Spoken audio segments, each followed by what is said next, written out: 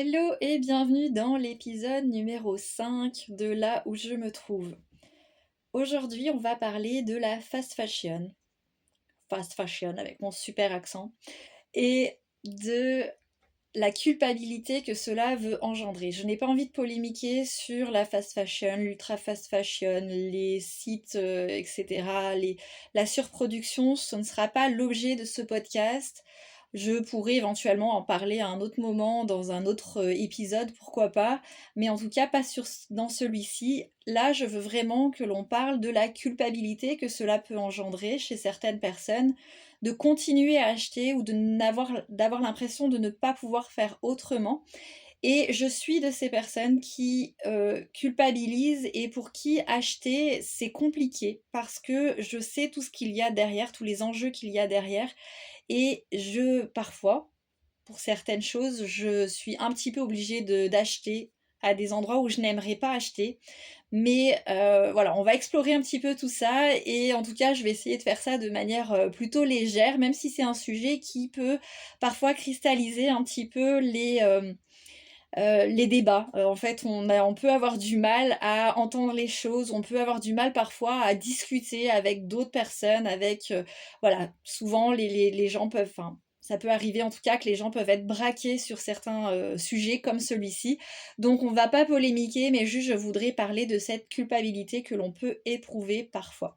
Donc tu le sais certainement, la filière textile en France et dans le monde est en crise, que ce soit par rapport à la fabrication, par rapport aux délocalisations, par rapport à l'environnement, par rapport aux produits chimiques, humainement également, par ce que ça engendre pour les personnes qui fabriquent nos vêtements à très bas coût et qui sont pour certaines exploitées. On a aussi le côté éthique qui est compliqué parce que on se rend compte que certains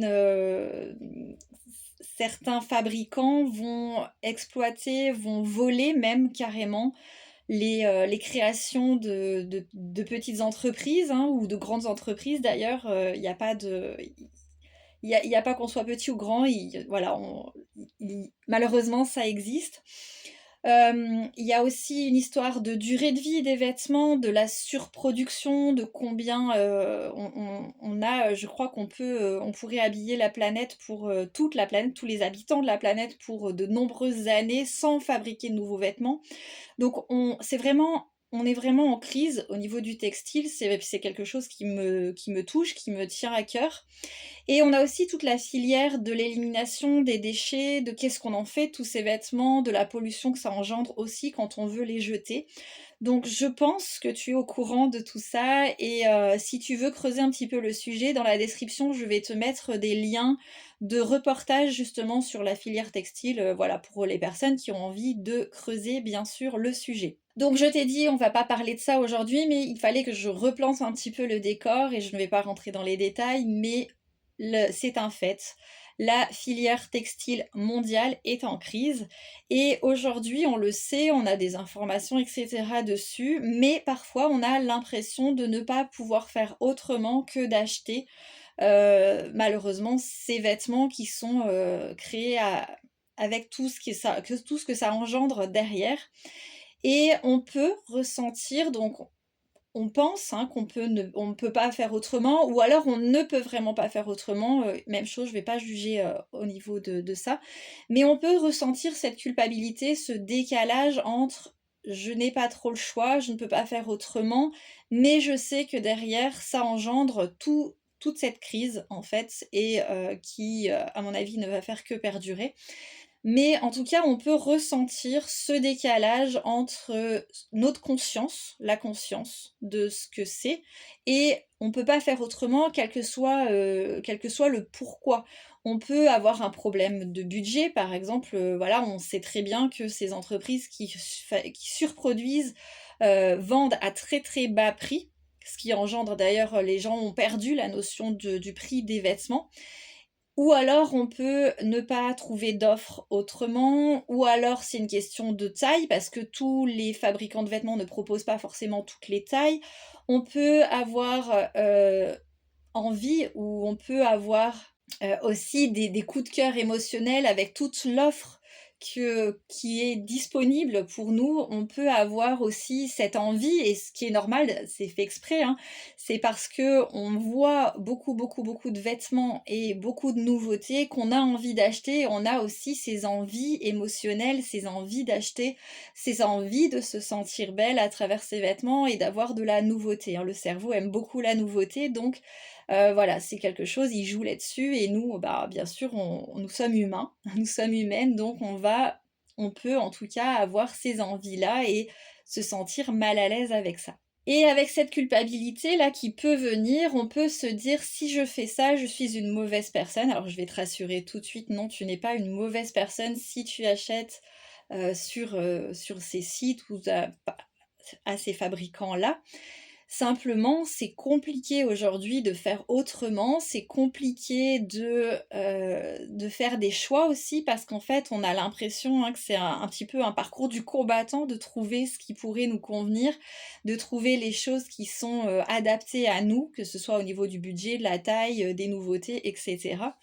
Donc non, tu n'es pas une mauvaise personne si tu achètes chez ces fabricants, sur ces sites internet-là. Voilà, c'est souvent sur les sites internet d'ailleurs, parce que c'est aussi plus facile d'acheter sur, internet que de se déplacer en boutique. Donc cette culpabilité, elle peut aussi, on peut avoir honte, on peut se sentir vraiment très mal à l'aise, on peut avoir aussi ce sentiment d'impuissance et de découragement par rapport à tout ça, en se disant: «Bah, à quoi bon quelque part, si tout le monde le fait, pourquoi moi je le ferais pas?» On peut avoir, voilà, tous ces sentiments qui vont venir se rajouter, qui vont venir nous mettre encore plus mal. Donc déjà, si c'est ton cas, j'aimerais t'inviter à une première chose, c'est simplement d'observer et d'accepter ce qui est là, et te dire aussi que tu fais du mieux que tu peux avec l'offre et avec tes possibilités. En fait, on fait du mieux que l'on peut avec ce que l'on a, là où on en est, hein, et on fait en tout cas notre maximum, et en tout cas, on essaye au fur et à mesure de s'améliorer, mais en tout cas, on fait ce qu'on peut avec ce qu'on a. Donc moi aussi, je te disais, dans l'intro, que moi aussi ça m'arrive d'acheter, du neuf, et d'acheter aussi des choses qui sont, bah, fabriquées par des entreprises peut-être un peu moins respectueuses et de l'environnement et de l'humain, et cetera. Mais voilà, on le fait en conscience, en se disant: «Bon, bah», alors pour certains, en fait, j'achète du neuf que pour certains types de vêtements. Pour moi, c'est pas négociable, en fait, et vu l'offre, et ben, pour l'instant, je n'ai pas encore trouvé, mieux que ce que je peux acheter actuellement. Donc moi aussi, ça m'arrive de faire des achats qui ne sont pas l'idéal, mais je le fais en conscience, et j'essaye de le faire le moins possible. On va donc voir ensemble qu'est-ce qu'on peut faire concrètement pour pouvoir continuer à acheter des vêtements sans, continuer à acheter dans ces filières-là, ou en tout cas le moins possible. Comment faire autrement? Je vais te proposer ici de remplacer cette culpabilité par des actions douces, tranquilles, que tu peux faire. Je vais t'en partager 6. J'en fais quelques-unes. Peut-être que toi aussi tu en fais certaines, et peut-être qu'il y en a d'autres auxquelles tu n'auras pas pensé. Simplement, c'est pour t'inviter à réfléchir et à voir ce que tu peux faire à ton échelle, pour également te montrer que c'est possible de faire des choses, des petites choses. Et oui, ça ne va pas tout révolutionner. Bien sûr que c'est pas parce qu'on fait une ou 2 petites actions, et bien, que tout va changer et que tout va aller mieux dans cette filière. Mais en tout cas, plus on en fera, plus déjà on va se réconcilier avec nous-mêmes, avec, ce sentiment de culpabilité qui peut, alors disparaître, ou en tout cas s'atténuer, et se dire: «On fait du mieux que l'on peut», mais également contribuer un petit peu à notre échelle à aider cette filière, ou à aider en tout cas à ce que ce soit un petit peu moins pire. Ça n'existe pas, mais j'aime bien le dire, que ce soit un petit peu moins pire par rapport à l'environnement, par rapport à l'écologie, par rapport à l'humain qu'il y a derrière. Donc voilà, je vais te partager ces 6 petites pistes, et puis tu pourras me dire si tu, en suis déjà, si tu les fais déjà toutes, si tu en as quelques-unes que tu as envie de tester. N'hésite pas à partager avec moi, ça me fera plaisir de te lire. Alors je te le dis tout de suite, ces 6 pistes, ce sont des choses concrètes, simples et réalistes. On ne va pas rentrer dans les grands débats, je vais faire en sorte que, je ne sais quel, grand ultra fast fashion, périsse. Non, on ne va pas agir à cette échelle-là, mais on va agir à notre propre échelle pour être bien avec nous-mêmes et bien avec nos vêtements, parce que ça passe aussi par là. La première chose, c'est à chaque fois que tu vas vouloir faire un nouvel achat, c'est te poser des questions pour que cet achat te corresponde vraiment. Pour qu'il te corresponde vraiment, il faut qu'il soit dans ton profil, c'est-à-dire qu'il faut qu'il te convienne en termes de couleur, de matière et de coupe. Ça, c'est la première chose. Si tu ne connais pas ton profil, tu peux quand même savoir déjà un petit peu quelles sont les choses que tu aimes. J'en parle très souvent et tu peux également faire des expérimentations et essayer dans la cabine d'essayage, etc. avant de te décider trop vite. Donc tu peux te poser donc trois questions. La première question, c'est est-ce que j'en ai vraiment besoin? Parce que parfois on peut faire du shopping qui est un petit peu shopping, ce que j'appelle le shopping doudou, c'est-à-dire que ça va nous faire du bien au niveau émotionnel. Donc est-ce qu'on en a vraiment vraiment besoin? Ça, c'est la première question. Deuxième question, c'est est-ce que je vais vraiment le porter? S'il est dans ton profil, c'est-à-dire s'il correspond à tes couleurs, tes matières, tes coupes que tu aimes, il y a bien plus de chances que tu le portes, souvent, régulièrement, plutôt que tu le laisses dans ton placard. Donc ça, c'est la deuxième question. Est-ce que je vais vraiment le porter? Et troisième question, qui est extrêmement importante, c'est est-ce qu'il me fait du bien quand je le porte? Est-ce que c'est un vêtement dans lequel je suis à l'aise, je suis bien, j'ai l'impression d'être moi, j'ai l'impression d'être juste libre d'être moi-même. Ça rejoint aussi l'idée de connaître son profil. Si tu connais les vêtements qui te font du bien, eh bien ce sera beaucoup plus facile de répondre à cette question. Donc voilà, ça c'est vraiment la première piste, c'est vraiment de faire attention à chaque achat que tu vas faire, c'est de te poser ces questions-là et d'acheter en conscience de pourquoi est-ce que j'achète, est-ce que j'en ai besoin, est-ce que je suis bien dedans, est-ce qu'il correspond à mon profil, est-ce que c'est moi finalement ce vêtement? Donc ça, c'est vraiment la première piste et c'est celle que j'encourage à suivre, en fait, tout le monde, qu'on parle de fast fashion ou pas, d'ailleurs qu'on parle de n'importe quel achat de vêtements, parce que même si tu vas acheter en ressourcerie un vêtement qui n'est pas cher, bah, même s'il n'est pas cher et que tu ne le portes pas, ça ne sert à rien de l'acheter en fait. Peut-être qu'il irait mieux à quelqu'un d'autre, mieux dans le sens que ça lui correspondra mieux et non pas mieux parce qu'il fera mieux. J'aime pas du tout ça. Il ne fera pas mieux, c'est parce qu'il est mieux pour quelqu'un d'autre. C'est-à-dire qu'il serait dans son profil. La deuxième piste, c'est de porter plus souvent, plus ce que tu as déjà, c'est-à-dire de revoir peut-être certains vêtements que tu portes peut-être un petit peu moins autrement, de les ressortir et de les associer différemment. Plutôt que de racheter un vêtement parce que tu as l'impression qu'il te manque quelque chose, c'est un peu de faire du shopping dans ta propre garde-robe et d'aller réessayer, ressortir ce vêtement, de l'utiliser autrement, avec d'autres associations, pour d'autres occasions. En tout cas, d'essayer de voir comment tu peux le remixer un peu avec d'autres vêtements de ta garde-robe et que tu puisses l'utiliser plus souvent de manière différente, ce qui te fera aussi du bien.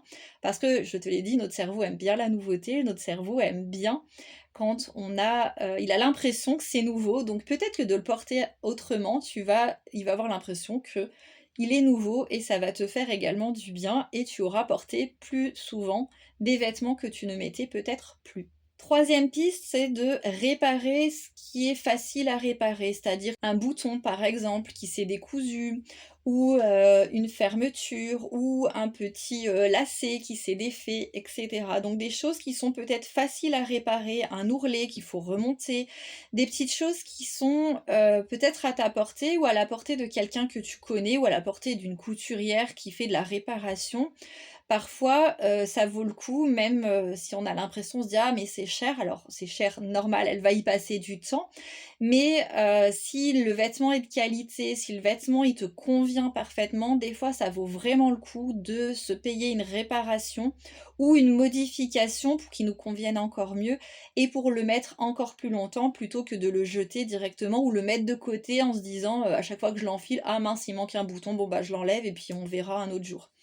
En tout cas, de prendre le temps de réparer ou de voir tes vêtements autrement, de les modifier un petit peu ou en tout cas de leur donner une seconde vie, de leur proposer autre chose que le fond de ton placard, ce qui est dommage pour eux et ce qui te permettra également toi d'avoir une garde-robe qui vit et qui est utilisée régulièrement. Piste numéro 4, c'est de partager ou de faire des échanges avec ton entourage, pourquoi pas. Que ce soit des amis, que ce soit de la famille, etc. Tu peux très bien inviter quelqu'un à avoir, par exemple, à plusieurs pièces qui te conviennent peut-être un peu moins et tu lui l'invites, elle, à faire pareil avec des pièces à elle et puis vous échangez, vous faites des essayages ensemble ou vous vous échangez des pièces pour voir si elles conviennent mieux à l'autre ou pas. Et voilà, c'est aussi une manière de changer son shopping. Alors là, pour le coup, c'est pas du shopping, ça va être plutôt du troc ou du don ou de l'échange tout simplement de vêtements qui correspondent peut-être un peu moins à l'autre personne et qui vont te correspondre. Et la même chose pour des pièces de ton armoire qui, elles, vont peut-être plus te convenir ou peut-être qu'elles ne t'ont jamais correspondu. Et là, tu vas pouvoir les échanger avec cette personne. Donc ça, c'est la piste numéro 4. Piste numéro 5, c'est une piste que j'aime énormément, c'est d'acheter d'occasion. Aujourd'hui, on a énormément de possibilités d'acheter d'occasion. Il y a de plus en plus de friperies, il y a des ressourceries, il y a toutes les associations aussi caritatives. Alors, juste une petite précision par rapport à ça, non, ce n'est pas réservé aux gens qui n'ont pas de budget, hein, par exemple, je pense à Emmaüs, je pense à la Croix-Rouge, etc. Non, en fait, tout leur travail, c'est de vendre. Alors par exemple, Emmaüs, derrière, ils ont des personnes qui sont en réinsertion professionnelle. Et pourquoi ils vendent à bas prix? C'est pour justement avoir un financement et ensuite faire travailler les gens derrière. Ce n'est pas que pour les gens qui ont un petit budget. Et aujourd'hui, avec l'augmentation du coût de la vie, en fait, se tourner vers les ressourceries, les friperies, etc., c'est une très très bonne alternative. Et on trouve souvent des pépites parce que justement, on trouve des anciennes collections de vêtements qui sont encore de qualité. Contrairement à aujourd'hui, donc je reviens sur l'ultra fast fashion et la fast fashion, où les vêtements sont de moins en moins bonne qualité, en ressourcerie et en friperie, on retrouve des anciennes collections, des anciens fabricants qui sont de meilleure qualité en général. Alors sauf si bien sûr on retrouve de l'ultra fast fashion ou de la fast fashion dans ces ressourceries. Mais voilà, ça permet d'avoir des vêtements à bas coût qui sont quand même de qualité. On retrouve aussi beaucoup de couleurs parce qu'on n'est plus fixé sur la tendance actuelle, puisque dans les magasins, le neuf, c'est sur les tendances. Mais là, on va retrouver toutes les anciennes tendances. Donc, on va retrouver beaucoup plus de couleurs, beaucoup plus de matières et beaucoup plus de coupes. Donc, on a vraiment un choix qui est assez grand. Donc moi, c'est la grosse solution que vers laquelle je me suis dirigée, c'est vraiment d'acheter le plus possible. Quand je veux renouveler des pièces dans ma garde-robe, c'est d'acheter le plus possible d'occasion, donc dans les ressourceries. On peut également acheter sur les sites internet, hein, de particulier à particulier, il en existe de plus en plus. Et c'est vraiment quelque chose, enfin en tout cas moi je trouve, qui est vraiment très très riche. Donc ça, c'est une solution, c'est la 5e et c'est une des solutions que, en tout cas, moi, je privilégie et voilà, et que j'invite fortement à suivre parce que, comme je te disais, on est vraiment hyper gagnant par rapport à plein d'aspects, budget, au niveau du budget, au niveau des couleurs, des matières, des coupes, au niveau du choix, des possibilités et de la qualité. Et la 6e solution, eh bien, c'est simplement d'acheter moins.